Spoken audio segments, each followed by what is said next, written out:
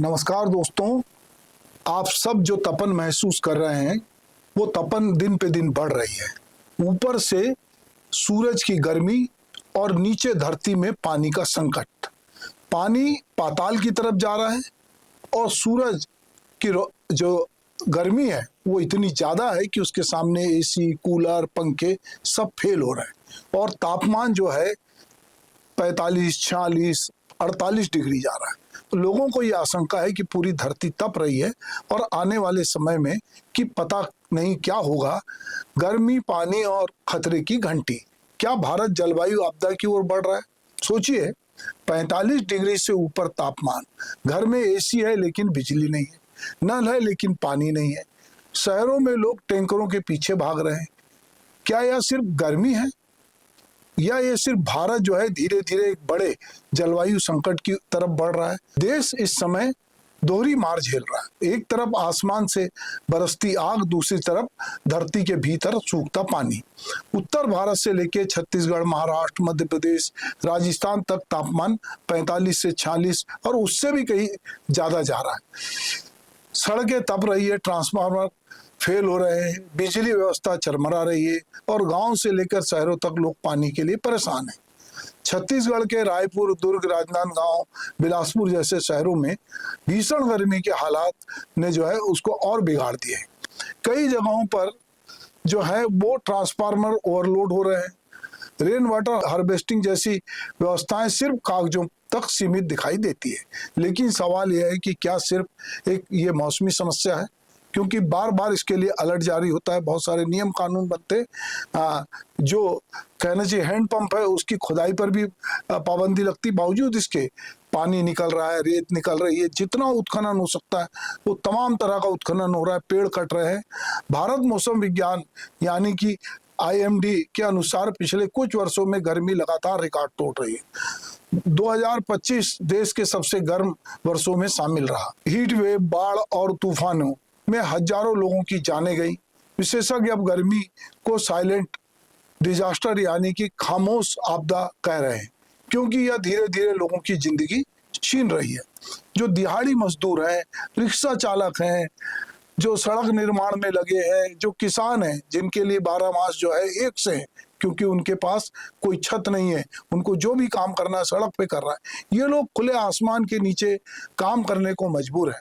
उनके पास ना पर्याप्त पानी है, ना कोई ठंडक की व्यवस्था है और ना ही स्वास्थ्य सुरक्षा। अब वो घने घने पेड़ भी नहीं, कि वो अमराइयां भी नहीं है जिसकी छाया में जाकर आप लेट लो। यानी जलवायु संकट सबसे पहले गरीब को मारता है। अब बात पानी की। महाराष्ट्र के कई शहरों में 6-6 दिन तक पानी की सप्लाई नहीं हो पा रहे, टैंकरों पर निर्भरता बढ़ रही है। रायपुर में भी लगातार टैंकर घूम रहे हैं, भूजल स्तर लगातार नीचे जा रहा है और इसके पीछे केवल कम बारिश जिम्मेदार नहीं है। असल वजह यह है कि हमारा विकास का जो मॉडल है वो इस तरह से है कि हम कंक्रीट के जंगल खड़े कर रहे हैं, हम जो वास्तविक पेड़ है उसको काट रहे हैं। हमने शहरों को कंक्रीट के जंगल में बदल दिया है, तालाब पाट दिए गए हैं, पेड़ काट दिए गए हैं, नदियों को सीवर बना दिया गया है, बारिश के पानी को जमीन में जाने से रोका जा रहा है।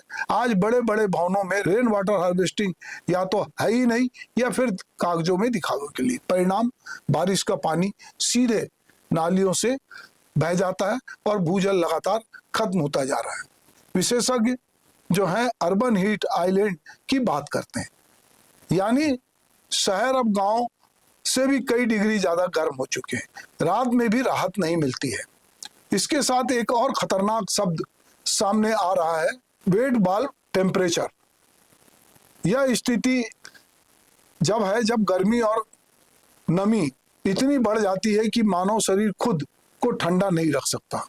मतलब इंसान का शरीर धीरे धीरे जवाब देने लगता है। कुछ मित्र बता रहे थे कि उनका एसी में जो रहने का स्वभाव बन गया है, तो अब एसी को इस तरह आदत हो गई कि वो एसी के बिना रह नहीं सकते, चाहे कोई मौसम हो, एसी में ही उनको नींद आती है। अगर यह स्थिति इसी तरह से बढ़ती रही तो भविष्य जो है बेहद खतरनाक हो सकता है।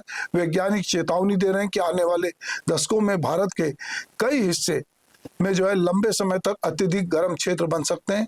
पानी का संकट गांव से निकलकर महानगरों तक पहुंच सकता है। कल्पना कीजिए एक ऐसा दिन जब शहरों के नलों में पानी आना बंद हो जाएगा, जिसे दुनिया डे जीरो कहती है। अब सवाल यह है, समाधान क्या है? सिर्फ टैंकर भेजना या हीट अलर्ट जारी करना तो काफी नहीं होगा। जरूरत है दीर्घकालिक बदलाव की।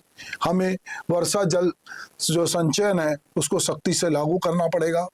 तालाबों और जल स्रोतों को पुनर्जीवित करना होगा। शहरों में हरित क्षेत्र बढ़ाने होंगे और ऊर्जा के टिकाऊ विकल्पों पर तेजी से काम करना होगा। लेकिन सबसे जरूरी है हमें अपनी सोच बदलने की। हम जो कुछ सोचते हैं आज का पूरा जीवन आज में जीने का, हम अपनी पीढ़ियों के लिए क्या छोड़ेंगे इस बात की चिंता हमको कतई नहीं है। तो अगर हमको पीढ़ियों की चिंता नहीं है, अगर हमारे पूर्वज हमारी चिंता नहीं करते तो इतने पेड़ जो है हमको विरासत में नहीं मिलते। हम ये जानते हैं कि जब कोई एक पेड़ लगाता है तो पेड़ अपने लिए नहीं लगाता, उसके बाद की आने वाली पीढ़ी उससे फल खाती है, छाया पाती है। तो आज में सोच रहे हैं, हमको लगता है कि हम आज जो कुछ है वो दोहन कर लें। और तरह तरह के जो माफिया हैं, अब चूंकि पानी का बहुत बड़ा व्यवसाय हो गया है, लकड़ी का तो व्यवसाय था ही, तो और प्रदूषण इस तरह फैल रहे हैं कि जो बड़े बड़े कल कारखाने लग रहे हैं वो उस तरह की सेफ्टी मेजर नहीं अपना रहे हैं और ये सब की अनदेखी हो रही है।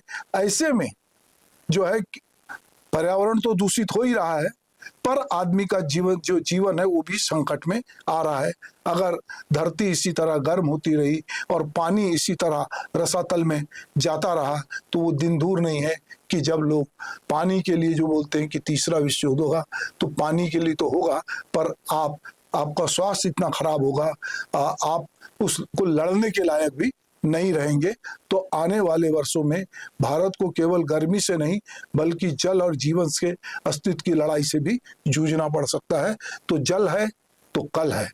तो आप न केवल मौसम को बचाएं बल्कि अपने आप को भी इससे रोक के रखें।